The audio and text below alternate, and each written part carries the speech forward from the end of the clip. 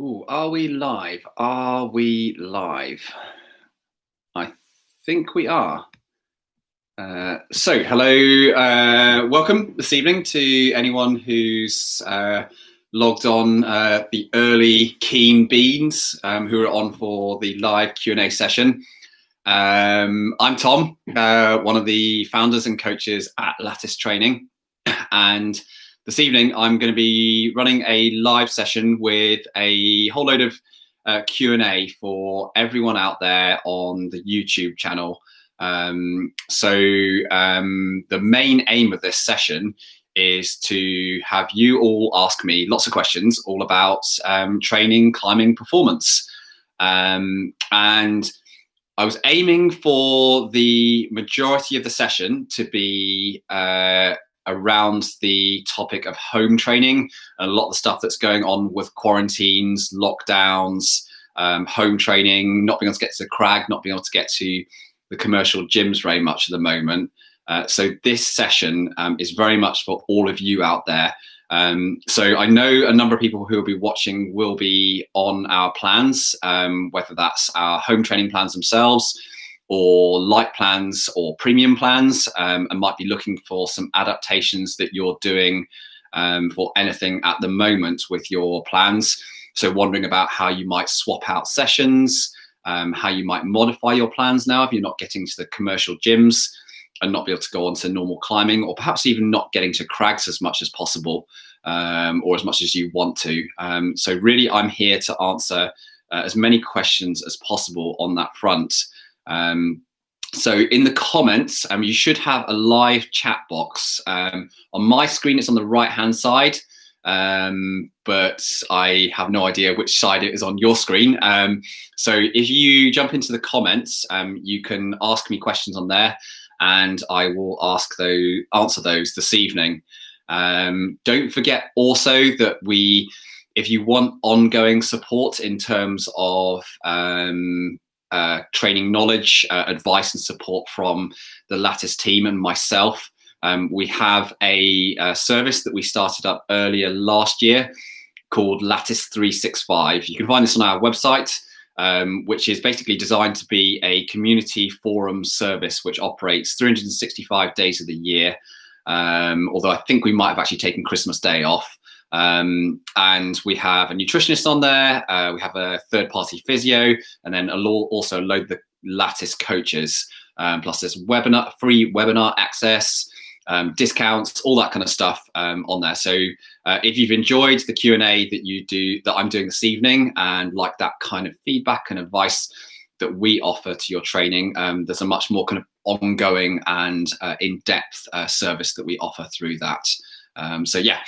Anyway, let's crack into the questions. And who have we got here? So we've got Jem, Stephen, Crypto. Oh, there's someone on Crypto. Hello, Crypto. Hope you're not trading too hard at the moment and you're long on Bitcoin. That'd be good. We've got Philip Grozny. I hope I pronounced that right. Joaquin Hagler, Matthew, Max, Ricksdaler, Logan. Okay, so cool, loads of people up here. Right, so let's have a look at the questions. What have we got here? Okay, so I am trying, so this is from Hagler. I'm trying to train with a sort of push-pull rest split because the climbing gym is limited. Do you think my elbows are going to explode? Yeah, the elbows are, I wouldn't say they're kind of like a weak point of climbers, but more that they are an area which often gives you an indication of overdoing it in terms of load and stress that you're putting your body through, particularly the upper body. And I've seen people have elbow problems for all sorts of different reasons, actually, not just through, lots of people go, oh, well, I'm going to get them through pull-ups, or I'm only going to get elbow problems through lock-offs, or I'm only going to get elbow problems because I don't do my antagonist training. This isn't the reality, unfortunately. I wish it was kind of that simple. But really, when it comes down to not making your elbows explode, and not having issues with them. It's all about management of training load. So what I always try and tell everyone when you create a training program or you're following one presently is try and think about what did you do and what did you achieve in the last 1 month, last 3 months, perhaps even back to the last 6 months, and consider this your historical training load. So this describes what your body has done and encountered and experienced in terms of overall training load, and try and get what you're doing now to roughly match that and perhaps ever so slightly exceed that. And that's going to be the way in which you're going to get the best response from your body in terms of adaptation and response to that training. Because what happens is if you massively overcook it, so you do way too much over what you've historically done, the body tends to get pretty annoyed, and you'll have all sorts of issues, not just injury, a multitude of sins on this front. And then likewise, if you really undercook it and you don't do enough in relation to your historical load, even if you're doing the perfect fingerboard session, you just won't see the adaptation that you might want if you're underdoing it or overdoing it. So really look at that historical load to manage these things. And that's what will help you stay away from the elbows overloading.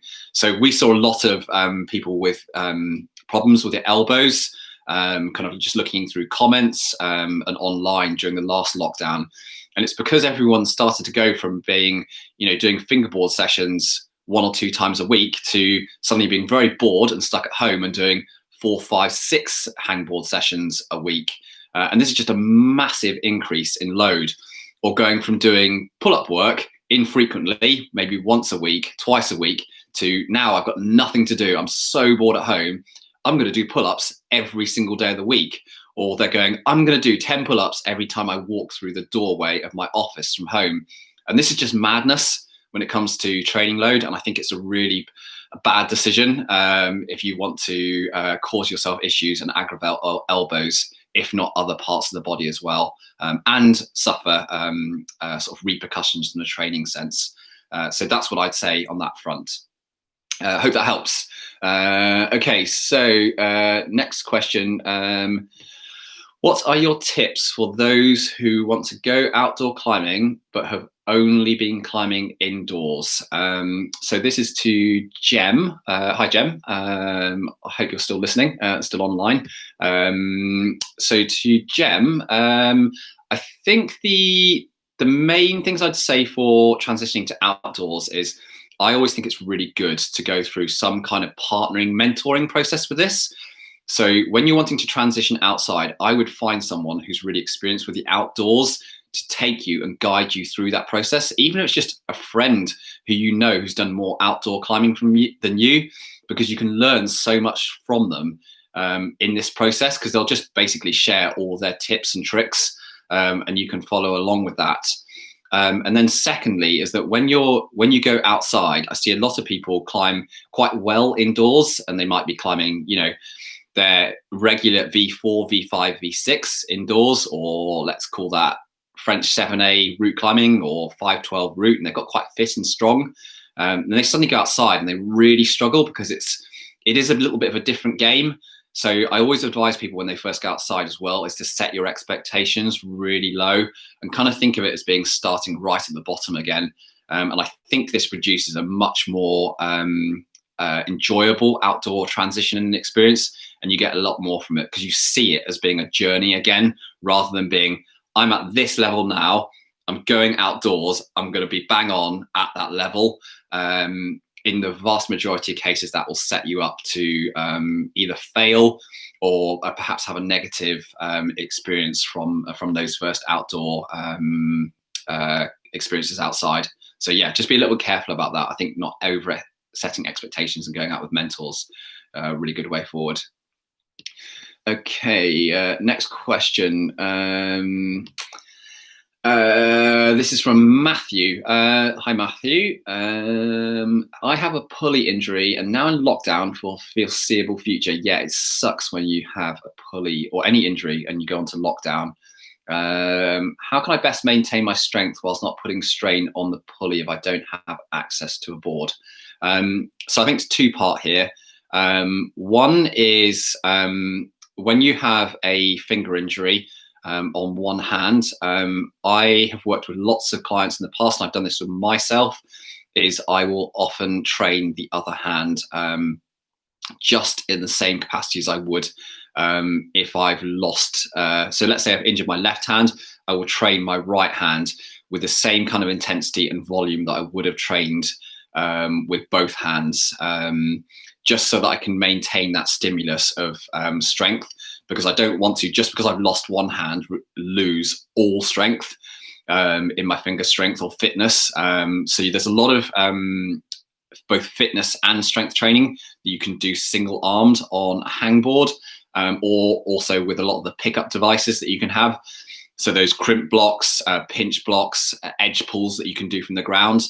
And I think those are really good ways of maintaining and also increasing strength through training using those methods. And there also, in my experience, has been a really nice phenomenon where if you train one side of the body and maintain that during the other side rehabbing and getting fixed, is you can often come back 8 weeks later, 12 weeks later, when that bad side has rehabbed and is coming back into normal training cycles. And the return to your highest levels appears to be much quicker when you've maintained that training on the other side. It's almost as if the body isn't happy with the asymmetry that's occurring in the training. And it's like, both sides have kind of learnt it. And I think there might be something kind of neurological going on with that. But I've used that myself to great effect many times in the past. I've also done that with a lot of my clients. So that's a really good way to kind of deal with that issue. But don't forget that rehabbing a pulley injury on a finger does respond well to a good structured rehab program of loading. I think I've done this in the past when I was earlier on in my climbing career, was I got finger injuries and went, right, I'm just not going to do anything for 3 months on it. And I go completely cold turkey. And this always resulted in the worst comebacks from those injuries.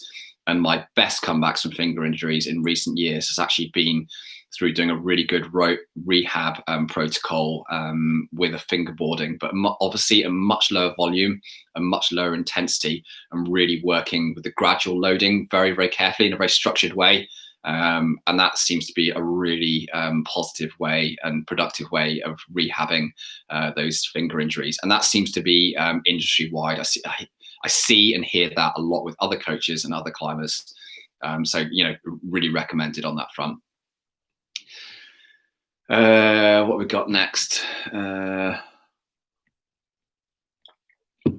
Oh God, I got lots of questions. I'm just going to say hello to a few more people here because I didn't really realise how many people were in here. So hello to Nicholas, to Pintor, to Kerry, to Darko. Hey Darko, I know you're one of our clients. Hello. To Matt, to Julian, Emily, Nick, Ed. Oh, hey Ed, all right.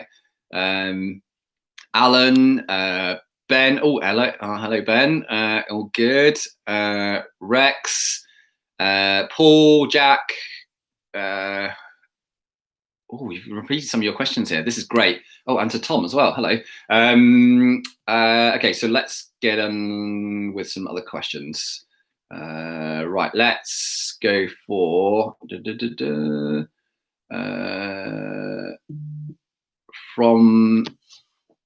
from the Pintor 81. Hi Tom, what do you think is better home training? Why is it said it's highlighted lattice training for some reason? What do you think is better, home training or lattice training with lockdown? I think that question's asking. In fact, I don't really know what that question's asking. Maybe you can rephrase that again, and I'll read it again. I'm not quite sure whether you're asking whether just doing random training or doing one of our training plans is more effective. Sorry. Yeah, ask that one again, Pintor 81, and I'll try and answer it. Okay, next one. I've been planning to get a lattice plan, but not sure if it's best to start one now during lockdown or wait until lockdown is reduced and start a plan then? So my answer on this would be that I think it comes down to what are you motivated for?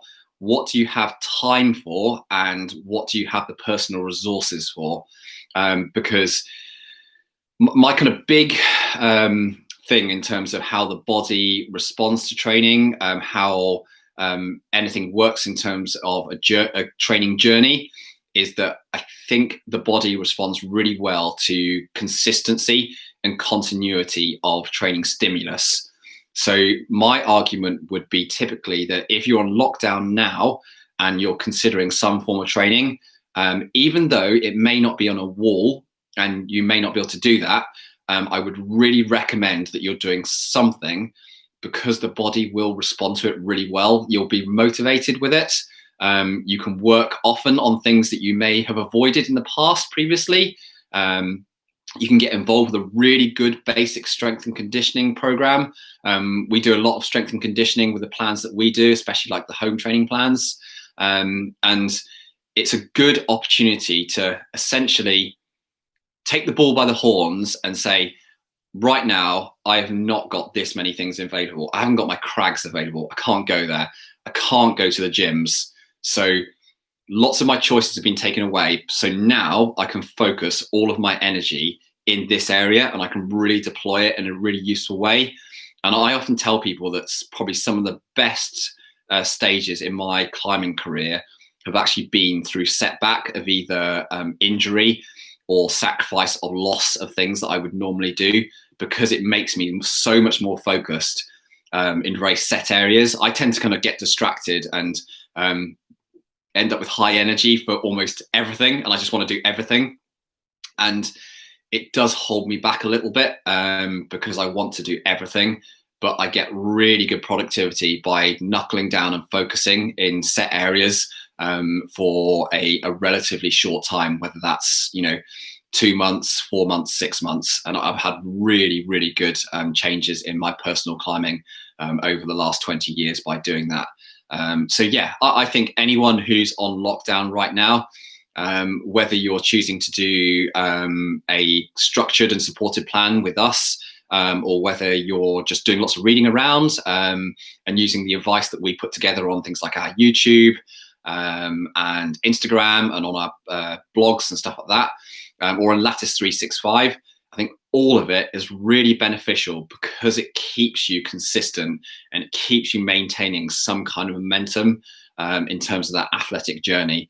And you see so much more benefit from being consistent with that. So I'm a really big fan of it. And I bang on about this to my family and to my friends who have absolutely zero interest in doing any stuff with our work stuff. And I think it's really good for them to do these things back at home. So people that aren't getting swimming or going running or going to the gym, do something at home still. I think it's a really good idea. It helps with mental health as well, especially. I think a lot of us spend a lot of time sat at the desk and not moving around so much. And I don't know about anyone else listening, but I can't just go and say sat and not moving around too much. So I need to do something which kind of gets the endorphins going, and it kind of keeps me focused on another different goal, just associate away from just work. What's next? So this is from Emily. Hi, Emily. One of my weaknesses is finger strength. I finished up a light plan that focused on this, and I barely had any improvement. Should I change up the training or continue on? So good question. With all forms of training, and especially when you start a training journey, is that you will find that, I'd say roughly speaking, if I was going to put like a very, very rough number, I think there is a 1 out of 10 or maybe even 2 out of 10 low response rate to initial training plans that we run with clients and athletes that I work with on a one-to-one basis, or whether I've just written structured training plans over the years. And often that type of person just needs a bit more time. So they're just a lower responder to structured training, and they don't come through with, the goods immediately after just 8 weeks or 12 weeks of training. And it's because really, if you think about it, 4 weeks, 8 weeks, 12 weeks, 6 weeks, 16 weeks is a really limited amount of time often for some people to be able to get a really significant response. And there may also be a lot of confounding factors that can happen in people's lives to kind of slow down the response from training. So having worked with a few people kind of personally that I've taken on who have been these low responders and kind of gone through a checklist of all the things that could be holding them back and could be causing problems for the response from the training, we do eventually get to the point where we do get good response.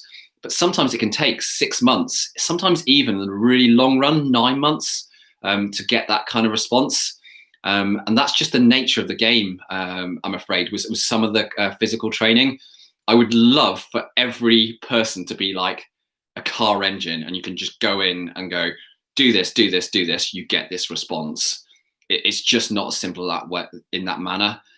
You can apply good sound rules. You can do use sound sports science application and methodology to these things, but annoyingly, humans don't always respond in the way that you want. And the key areas, if anyone listening who is a low responder to any training work that they do, whether that's right now or in the past, the key areas to look at that I've seen have been the real kind of root causes behind this. One is diet. And I'm not talking about diet in terms of have you eaten enough of your greens? Are you dealing with your keto diet in just the right way? Have you got 10 grams of protein versus 15 grams of protein? Not like that. We're talking about here significant underfueling and poor fueling timing associated with your training. And there's I wouldn't say it's a problem in the climbing industry, or a big problem, but there is an issue with it in the climbing community. And I think there's a lot more underfueling going on than people recognize. And it's hard if you're in it to recognize it as well. So I think that in my experience has been a really common problem. Secondly is what you would term allostatic loading. So this is kind of like the overall loading of other things going on in your life. So this can be relationship stress, work stress, sleep, other things going on, your mind being busy and occupied, a lot of external stimulation. That can have a really, really big effect on the training. Classic people that I see struggle this are the ones that you go, they can never turn off. They're the type of person that you go to them at any time of the day and they're going, oh, I'm doing this, I'm doing that. If you ask them at 10 p.m., what are you thinking about? They've got crazy ideas going on about this, and they're thinking about the next trip, or this other idea they have for some other thing, or they're reading around in some massive rabbit hole of training theory on the internet, or they just can't switch off. And that's the same for both kind of personal interest of things outside of climbing and also work. I think that's another sort of key area of interest. So I think for any of you non-responders, look at those two in particular. Allostatic load, and that's quite a broad umbrella, and just look it up on Google. You can find some really interesting stuff out about allostatic load, and then also diet, so underfueling. Okay, so let's have a look at another question. Oh, I was going to come back to that other question. Let's see whether we got it come back through again. Just bear with me 1 second whilst I scroll down. 1 second. No, I can't find it. Sorry. So for the person I just was asking, I'm afraid I can't quite answer that question. Okay, let's go for another one. From Jacob, and sorry, I realise I'm never ever going to get through to everyone's questions here, because there's absolutely loads of them, but I'm going to keep trying to boss through as many as possible.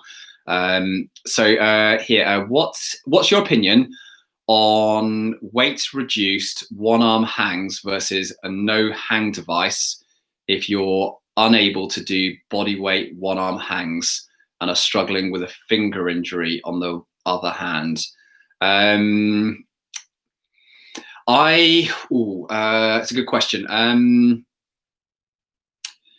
If I was going to put my money on it and say where your time is best spent, I would actually say it was best spent on the majority of your strength conditioning time is spent on the assisted one arm hangs. And I say this because it has a higher degree of sport specificity. So when you've got your arm above your head here and you're hanging on that hold, there is a closer correlation with the exact loading of the soft tissues associated with climbing movement or static climbing hanging versus picking up and lifting a weight off the floor. So that's going to have the best transfer into making those improvements. The human body responds well to things. So the more you practice something, the more you do something and you load it in that specific way, the more you'll see that adaptation in that particular way. Of course, there are transfers across to other things. So for example, in climbing, we've seen there's a really great transfer from dead hang training where we're just hanging on, pieces of wood back into normal climbing. There's a good transfer in that. It's not perfect, but it's pretty darn good. Pickup training has a lower level of specificity back into climbing training because we don't spend a lot of time in climbing picking things up or spending our whole time. I mean, you could argue that it's somewhat close to undercutting on a climbing surface. So there's some degree of specificity on there. But in kind of, I suppose, contradiction to that, I would say some of your time may well be well spent doing some of that training in conjunction with the hang work and doing that as well. So I would suggest that if I was going to put a very rough number, maybe 75% of your time on the hanging, more climbing specific work, and then do some complementary work on the pickup work as well. I'm a big fan of it. I did a lot of it during the last lockdown. I did a lot of my fitness training on the pickup work. I really like the way that it loads the shoulders differently as well. So you're not constantly up in this position here with your arms above your head, overhead loading. Is you can also do stuff where you've got your hands down by your side. And of course you can tilt and you can move your torso around to create a lot more variety on that front. So yeah, I really like it and I rate it. But again, aim for specificity. You'll see the best transfer on that front and it will tend to reward.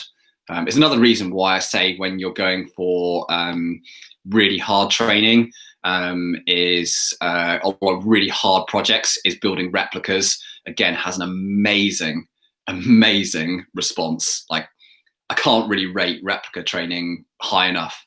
I have seen so many good climbers over the years do surprisingly above what you would expect projects through replica training. Very, very effective.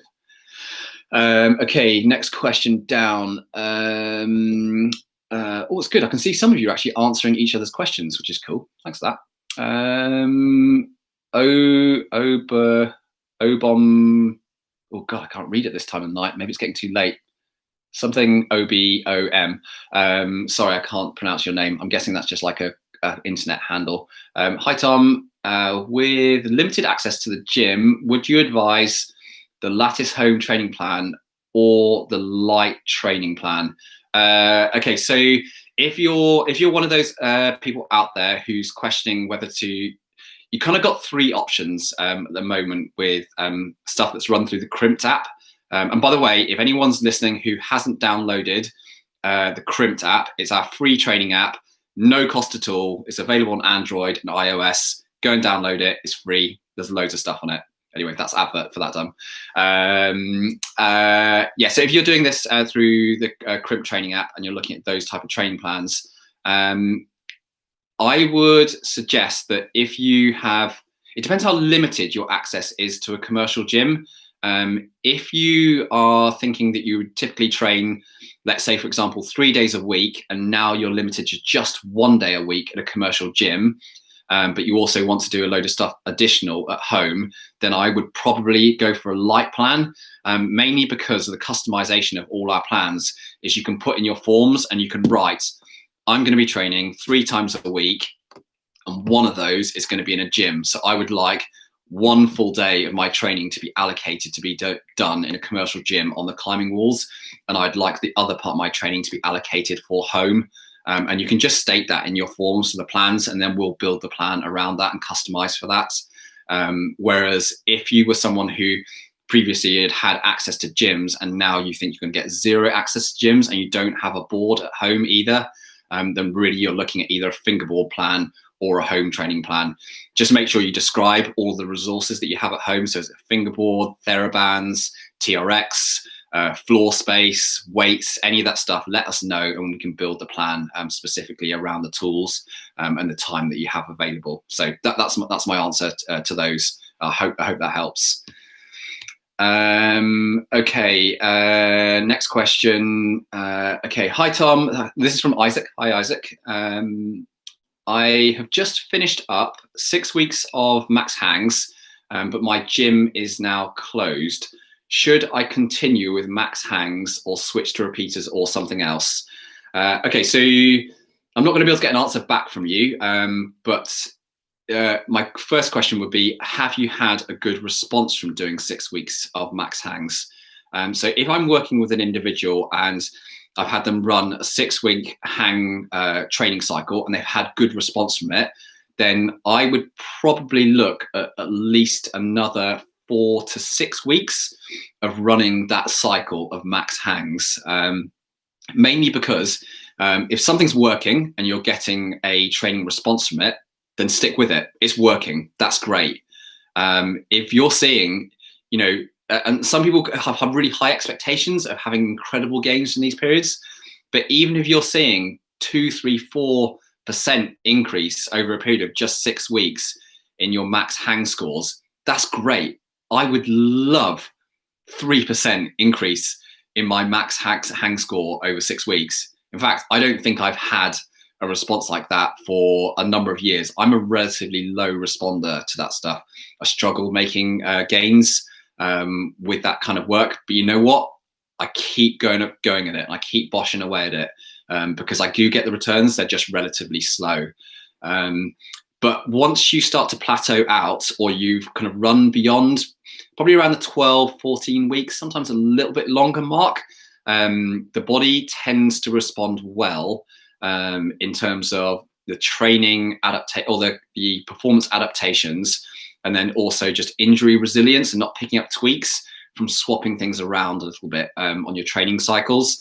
So if you've, say, done your max hangs on a half crimp grip position with 4 fingers, I might then look to swap out to a max hang cycle of a different grip position. I might look at max hang cycles with isolating fingers. So maybe even if you're an advanced climber, you can move to back 3 or front 3 work. Although I would note that's quite an advanced climber's technique, isolating down to smaller number of fingers involved with grip positions. Or I'd be looking at doing some kind of edge reduction training. So maybe bringing the edge size down. We see good response from that. Then when combined with max hang training cycles, or you may look at going back to some repeater cycles. Likewise, you could also, I can't remember, you said that you have, oh no, your gym's still closed, so you haven't got any climbing wall access. Because I often say to people, don't get obsessed by forever doing fingerboard cycles and never stopping on them. It's great if you see an improvement over 12, 16 weeks, it may be time to take a little break from it and actually transfer a lot of that strength work into a climbing sport specific manner and get on the board, start pulling really hard, increase that contact strength, increase that transfer into real climbing. We like dead hanging and we see response from it, but we're not dead hangers. This isn't the sport that we got into, although it can sometimes feel like that. I sometimes get I do wonder about it when I look at social media occasionally. But yeah, it's got to be sport specific. So you've got to make sure there's some transfer there from there. Don't just get into this thing of like doing 5 days of dead hanging a week, and then only going climbing 1 day a week. We have to work, and we have to put the majority of our eggs into the basket of the actual thing that we're trying to do, you know, with sport specific movement, moving on a wall, a variety of different movements and angles and terrain. It's super important, so don't forget that. Okay, let's go down a bit more. Oh gosh, God, you lot out there, you giving me loads of questions here. Try not to get too excited. Right, let's. Okay, I'm gonna be controversial here. I'm just gonna swipe right to the bottom and work backwards for a little bit. I really apologise to anyone who's asked me questions right at the top. I've skipped through. I'll keep on doing these lives, by the way. We'll have more of them. We have a live session in our 365 group tomorrow night at what time is it? I can't actually remember the time, but it's tomorrow night in 365, which is a much smaller group, much more private group. And you can ask sort of specific training questions to me in there as well. So I will continue to do these. Okay, right, let's get back onto it. Come on, Tom, concentrate. What are we doing? Okay, Philip. Hi, Tom. What extent do you think hard horizontal crack climbing? I live in Edinburgh. Oh, yeah, so you've got loads of those bridge cracks, transfers into other climbing styles. I got asked this earlier this week, actually. Crack climbing actually has a really poor transfer into other forms of climbing, other than the large muscle groups involved with the back, shoulders, core, and legs to some extent do transfer well into other forms of climbing. So if you get me on small holds, so finger strength limited climbing, after doing a long period of crack climbing, I'm rubbish. I really am. I'm not very fit and I'm not very strong. Get me on normal large size holds, so stuff in big holds in roofs where finger strength is less of a limiting factor after doing a load of crack climbing, and I feel really strong, and it actually transfers really well across. So yeah, don't get disappointed if you don't feel great on your face climbing after doing loads of crack climbing. I'm afraid, as much as I hate to admit it, or not admit it, I just don't want to face the reality. I wish it did transfer across. I mean, I love crack climbing and I do a lot of it, but I'm afraid it does not work very well for me for the face climbing. I wish it did. So yeah, sorry, that's the reality on that one. Okay.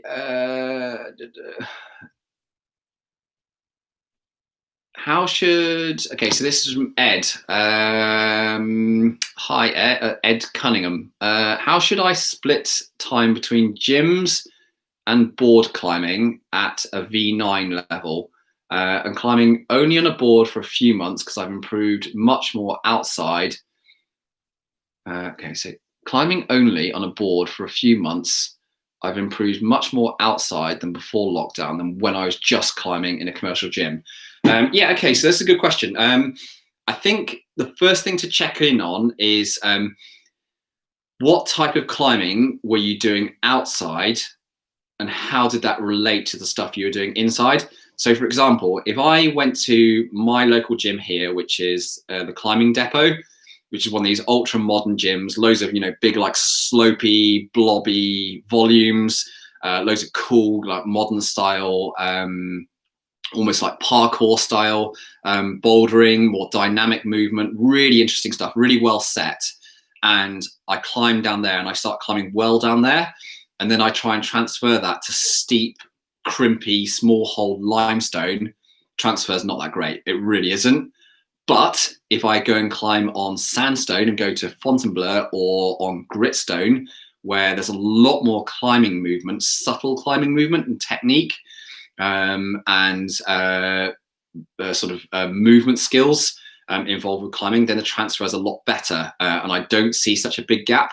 So I think you've got to check in on how your indoor versus your outdoor climbing matches up. So if you're climbing outside on limestone on small edges, it's face climbing, it's relatively simple climbing surface, so quite flat and just lots of edges or pockets, then of course board climbing is going to have a really good transfer into that outdoor climbing. And I think that's where people have always got to recognize that there's this specificity element. You've really got to pay attention to this and how this transfers across the sport. So don't expect to go to your indoor gym and climb on really tiny crimps, really hard vert climbing all the time, and then for it to transfer well onto compression style steep granite bouldering outside, because the demands of what you've done inside are so different to what you're doing outside. The transfer is going to be limited. I know it's called climbing and it's bouldering specifically, and they were both really intense, but that's the nature of what's happening, is the way in which you're stressing those soft tissues and those adaptations that you're causing from them, and then also the specific movement engrams that you're programming in from those two activities are very, very different. So you're going to have relative lack of transfer. And I think that's really important to recognize. It's the same thing that when I get people coming to me and going, oh, I want to train to climb a big wall route on El Cap. And then I ask them what kind of terrain they're climbing on and where they're doing all their training. And they tell me that they're climbing mostly on a 45-degree board, and they're climbing on a really steep 30-degree system board. And I'm thinking, that's just mad. If you want to climb well on El Cap, you need to be really good on slabs and you need to be really good on vertical terrain, because nearly everything on El Cap is vertical and slabby. And I have, I don't know about everyone else listening out there or watching out there, but I have not met that many people who are really, really good on slabs who spend all of their time on a 45-degree board. It's just the nature of the game, and you've got to get good at recognizing that. So again, I think that's another really important thing. I just saw a question and I lost it again. Someone asked, what's the perfect temperature for climbing rubber on climbing shoes? I don't know, actually. I've got no idea. And I really like getting it just right with my climbing shoes. Yeah, I have got no idea. Okay, we've got here Andrew Jew. Is it better to split strength and endurance? So this question kind of tackles that issue of how do we deal with the interference effect in training? So if we were to train strength on its own and just train strength, then we would see a certain response and adaptation from that. If we were to, let's just say we assign that 100 units of response, that's our result that we get from it. And then we did exactly the same. We only trained endurance and we saw 100 units of response or result from that. If we then train strength and endurance, you will not see those same 100 units of result or response out of both of those two things, because you're now training both of them. So it's almost like a contradiction, a conflict of interest, an interference effect, whatever you term it. And it's a compromise that you need to make as a climber. And it's a really difficult one to address, especially if you're working with route climbers. And it's a really difficult one. And it's one that we probably spend the vast majority of our time trying to get right with clients when it comes to route climbing, especially a little bit as well with competition boulderers who need to work with being really familiar with performing at a high level in a fatigued state. We do quite a lot of work with them with this interference effect or factor and mixtures of training. And the answer is if you are absolutely set on maximizing your strength gains and you think this is utterly critical to your improvement as a climber, and it far, far outweighs any level of endurance or fitness improvements or fatigue resistance that you might see in the sport-specific muscles in training, then just strength train. You can do that if you want to. You'll have to understand that there's a sacrifice that you'll make from it. you'll see a detraining effect in your both your resistance, so sort of strength endurance, and basic endurance capacity. You'll see some reductions in work capacity as well by not doing this. But you will, of course, absolutely maximize your strength gains. So you need to work out whether that's a sacrifice and something that's worthwhile for you as an athlete. We do often, well, not often, but we do make this choice and take this path with some of our more elite athletes that we work with. We might go through more of a block training a model of periodization, and it's one that we use for more elite level athletes that have got a lot of the base foundational elements of their training in place. And that might have taken a good 10 years to get to that place. And we can take a much more focused approach to that training. We can cut a lot more things out at different times of the year. But when it comes to route-based climbers, people that need a significant amount of endurance across their performance season, and they can't afford to lose too much work capacity throughout the year, then they have to just make the compromise. And it is non-ideal. But if you look at the very best people that we have trained and other athletes that I've spoken to, discussed these things with, worked with other coaches in the industry, and they will be using this mixture of training. And the best way that we've seen to deal with this is to be really good with your periodization of training. And then 2 is trying to leave as much rest across the day between those 2 training modalities. So this might be, for example, doing your strength training in the morning, and then having most of the day to recover from that, and doing your endurance work later on in the day, or swapping it and flipping it the other way around. But yeah, it's a really a tricky issue to deal with, and it's kind of like one of the biggest headaches when dealing with people that need both strength and fitness in climbing. So yeah, cool question, and super interesting in the work that we do with athletes. And I still love trying to kind of solve this puzzle in training, and even with my own training as well. And I know myself pretty well as an athlete and what I get out of it, and you just learn more and more every year. Okay, next question. Delta Jack, is there much benefit to hangboarding but with your feet on the ground and pulling down, for example, with one arm? Okay, yeah, so we were actually discussing this in the office the other day, and I think I have a feeling we might have written a blog about it as well. But so this question, I think so to the question, is there much benefit to this? Then yes, there is benefit. This comes down to different methodologies of isometric training. So this is where you're loading a hangboard, and it may be at a bent arm position, it might be a straighter arm position, and there are training benefits to be had from multiple forms of isometric training. And there's lots of different types as well. So in answer to it, yes, there is benefit. The downsides that you want to look at and just address when you deal with this form of training and you're looking at it is, one is just check the body position that you use in this, and relatively how close can you get it to a level of sports specificity.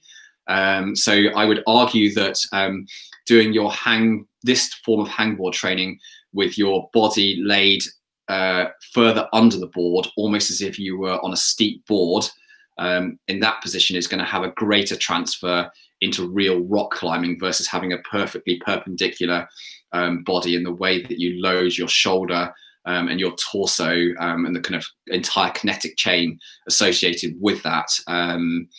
So have a look at that with your body position.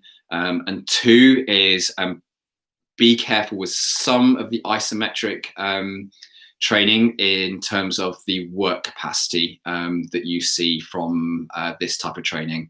You can, I don't want to say you can be tricked into thinking that you've done more work than you, or thinking the muscle's done more work than it has. I'd say it's just easy to feel more fatigued than you would be from mixing up your training styles and using multiple forms of strength or types of strength training when it comes to fingerboarding. And always my preferred method and go-to in training is to use a variety of methods. This tends to produce the best results in any athletes that I've worked with. And it's just the real kind of like secret in the sauce is how you interchange those, how you cycle those, how you structure those through the seasons, the years, and then matching those in with the athlete's goals, injury history, and how they respond to different sort of training types or modalities. So that's the kind of real secret. But I'm not a big fan of this one secret method of training which is the best. I just don't think that it exists. I haven't seen anything like them so far in sport. There's lots of things that work really, and in general, some kind of mixture and variety tends to produce the best climbers in the long term. Okay, I'm going to answer 2 more questions. Okay, I've been going like 50 minutes or something, so I'm probably going to run out of talking. I hope this has been useful, by the way, to everyone, and thank you much to all your questions. You've given me absolutely loads. It makes me realise that I could maybe just answer questions all day long, although I'll probably run out of a voice to be able to do it. But yeah, this is stuff that's like really passionate to us at Lattice, trying to kind of arm all of you out there with as many answers and methods and ways to improve your climbing. We really enjoy doing that. So okay, right, let's go for 2 last ones. Okay, let's pick 2 good questions. Okay, what should we go for? Okay, we'll go Ryan Ball. Hey Ryan. Tom, I saw in one of your posts long distance running. Oh no, we're going to go into running. Long distance running is terrible for climbing hard. I'm an endurance athlete, 50 to 100 mile races, but I'm trying to break into 5:13. Any tips, or am I doomed? Are you doomed? So this is to all you runners, cyclists, long distance swimmers out there. Are you doomed? Okay, let's put it this way. I've run hard for 2 years now, and at my peak I was doing around 100-mile weeks, and some of those were 100-mile off-road weeks, so it was a reasonable impact on the body. And I tried so many different methods and ways to manage this in with my training performance or climbing performance, and I just couldn't make it work. And having worked with a number of different climbers over the years who have also got interest in this area, and I would tend to mix this in with also people that do a lot of guiding work as well. Ski mountaineering, ski touring tends to be the same as well. And I think the issue is that you're so stretched, you're so spread thin on the ground, you're trying to do too much, and you can't put the quality into the important sessions that you're doing in your climbing training. And then further compounding on top of that is that you have so little time to properly recover. If you're trying to run 2 sports that have got a really heavy loading, I think the body just tries to like tread water basically in this scenario. It'll cope with it, and it will just about handle it, and you'll have to eat an absolute ton. Like I was eating probably 4,000 plus calorie days just to kind of get through that mixture of all the extra sport. But it's so hard to recover properly and see response from training. And I think you're essentially kind of like continually in a catabolic state. And this is terrible for strength training, strength adaptations. So I suppose my answer would be, if you're hoping to break through new boundaries, and particularly if strength is a key factor in that, then I think you're setting yourself up for a very, very hard ride if you also want to train and work hard in something which has a high cardiovascular stress, you know, being running, cycling, ski touring, cross-country skiing, cross-country running, you know, any of this stuff, fell running. So I think that's that's the reality of the situation. You can do very low loads and do very little running, and do, you know, just frequent but really short runs. And I see those being really great for climbers. And I've seen a lot of very high level athletes do the same. But when you look at it, they're not doing very much. And it's very, very capable for them. You know, it doesn't feel like a big stress to them. So yeah, I'm afraid that's my opinion on that. And I've yet to work with any athlete in the last 10 years who has solved that, which I think is probably a fairly good indication of how much of a problem this is. But I'd love to know how to get around it. I'd love to, but yeah, as yet I haven't seen it. Okay, last question. Okay, what are we gonna do? Last question. What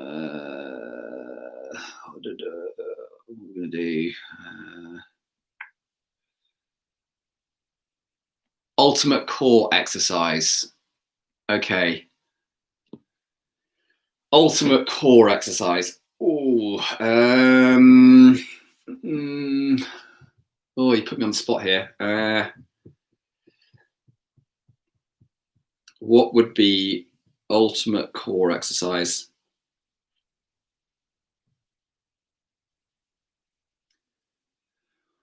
If I could only do one core exercise on a wall or anywhere. Okay, yeah, okay. So my answer on this would be, if I could only do one core exercise, I'm not allowed to do any other core, so I need to go for something that's sport specific. So I'm going to say this has to be a core exercise on a wall. So I'm going to go for that. And so I'm going to take something really sport specific. So it's going to be on the wall, and I need to work from tip to toe, and I need it to be relevant and involving a lot of other muscles, which are often limiting factors in that kinetic chain involved with climbing movement, where I often fall off. So I would go for one arm on the wall, 1 foot on the wall, and I would be positioning myself. So you imagine I'd be on the wall, and I'd have this arm out here, out to the side, so not above my head, out to the side. So I'm engaging that shoulder, and I'm pulling the shoulder back. I'm working all those muscles around the shoulder, the pec, stabilizing it. And then I would put this foot here, left foot, out to the left on the wall. So right hand up, left foot out, down in that direction. And then I'd be pulling into the wall, and I'd be doing a variety of static and concentric, eccentric movements associated with that position.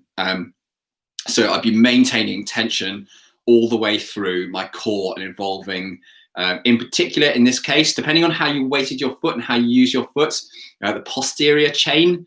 A lot of people don't work on the back, lower back, hamstrings, glutes enough. And I think this would actually be my go-to if I was left with no other core exercise, and doing little varieties of that particular one. If I was left with nothing else, there's no way that I would do front levers if I had no other core exercise that I could do. There's no way I would do, I don't know, ab crunches or something like that.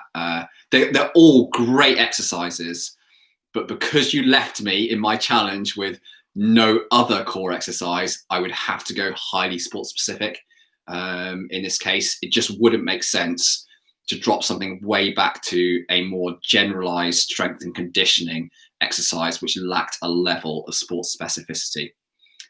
So you've probably heard me say the words specificity or specific a lot this evening, and that probably gives you, or I hope that gives you the idea that this is something which is really intrinsic to training success and seeing improvements in any sport that you practice. I will go on about this until the day I stop coaching, which is hopefully never. Because I think it is so utterly key, and you've got to get that right. Just keep having that in the forefront of your mind, that keeps coming forward when you're looking at something and you're training and you're doing stuff out there. Think, what's the degree of specificity that I'm doing here? And if it's not specific, why am I doing a non-specific exercise? Does it still have benefits? Is there a reason for doing this? So yeah. So we're kind of like an hour in now, so I think I'm going to head off now. I hope that all of you have enjoyed this, and this Q&A live session has been useful. I kind of like been seeing really nice kind of friendly chatty comments going through the comments that are just kind of chatting and stuff, but kind of wants to just chat to everyone online. But maybe that shows how sad I am that I'm just down in my office at home chatting to everyone online. I should probably just keep living in the real world, shouldn't I? Although not to say that you're not all real. But yeah, it's really nice to chat to all of you, and thanks for listening. And I hope that you've found this useful. Don't forget that we've got loads of other resources. Quick comment on Pete's knee. Pete's knee is doing pretty good. Thanks to that one Delta Jack. Pete's knee is all right. He bust not the ACL, MCL maybe, I think. And he's been in recovery mode for a while now. So that's all good. And yeah, just I hope you're all doing okay on lockdown. It's LCL. Yeah, I knew it was something. You can tell I don't know very much about the knee, other than it sounded horrendous. If anyone's not seen it, I think it might be on one of Magnus Mitbo's videos of Pete busting his knee, which is pretty horrible. But yeah, I hope everyone is getting on okay through lockdown and stuff like that. I think it sucks. I hate it. It totally drives me mad. Like, I've got really good crags about 20 minutes, 30 minutes from my home. And I would love to go there, but I'm not. Yeah, I know how it feels and everything like that, but just, try and keep motivated at home. Just keep plugging away, keep doing things. We've got a really cool video, which is the Aidan Roberts video, which is called World Class, which will take up at least half an hour, 40 minutes of entertainment, inspiring stuff for Lake District climbing. We're generally consistently doing stuff on our YouTube channel. I always like a bit of Magnus's channel. I love a bit of Magnus Mitbo, can't beat it. And yeah, so there we are. It's 9:05 UK time. I'm going to go and have what am I going to go and have? Probably another cup of tea, really, because it's the UK. We need to keep drinking tea until at least 11 p.m. And for anyone who's on here who is part of our Lattice 365, don't forget I'm doing another live tomorrow evening on there where I can answer questions. And that's about it. So I'm going to end this stream now, if I can work out how to do it, and I'll see if I can save it as well and publish it. So send it to any of your friends if you thought this was good and worthwhile and answered your questions and you found it helpful. And I'll post it up on the main YouTube channel. Anyway, have a good, really, really good weekend, everyone, and I will see you very soon. Bye, everyone.